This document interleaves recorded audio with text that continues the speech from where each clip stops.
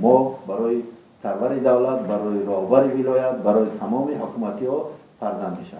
چی طوره که فرزند از قبول شما کوشش میکنید، من همچنین کوشش کرده بودم برای که همون جوانان را برگردونم. از آن جمله مصلحت مشدگی است باید که ما همیشه برمیگشتن می اومدن با در اون طرف بین خودشو طالب و شلاق با شلاق حکومتی و شوختی مصلحتاشون نشده ایستاده، گفتگوزاراشون نشده ایستاده.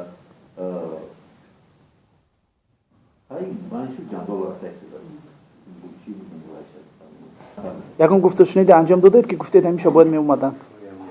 هر بیگه کارکنای حزب خودی، کارکنای امنیت خودی، هر بیگه یک مرتب خطی همون بچه ها گفتگوزار میکنن، نه اینکه با کارکنای امنیت با تلفنی همون بچه ها که شما چی خود ایستاده، چی کار کرده ایستاده، چی گپ است در شما.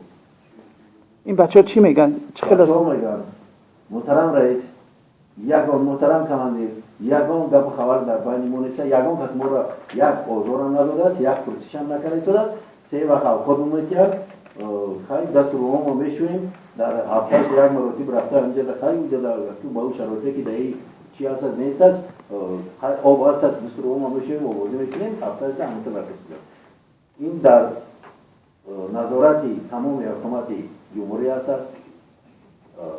همه کارکنای این وقوف در این باره کار کرده شدن. خیلی ما تیار هستیم، ما همه شرطه او را اجرا کرده شدیم، همه شرطه شدیم لیکن باید بین خودشو همین آوردن نتونسته شدن. آوردنش به همین سبب که این قشلاق با قشلاقش این طالبا خطی حکومتی ها جنجال رفته شده است.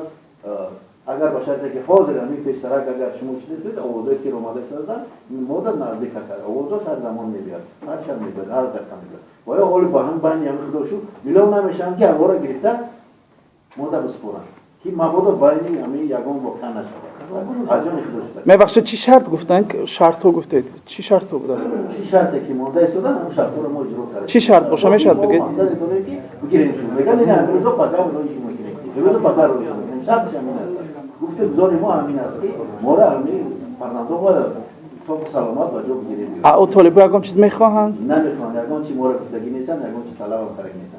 همین میگن که همین که انشاءالله همین بین ما در کلیتین شد که ما فرزندان شما را با دستور رسمی بیاگام داده شد درجه خودشون میگن بازی بلند با تلفنی خطی ها که همراه کماندیر و همراه من خودم خطی گپ زده شدن که محترم رئیس ما با یگان خاص خوش با یگان تاجیکستانی یگان فکر اندیشه نداریم. این بین ما کدام هست ما شرط ما چی ما اجرا میکنیم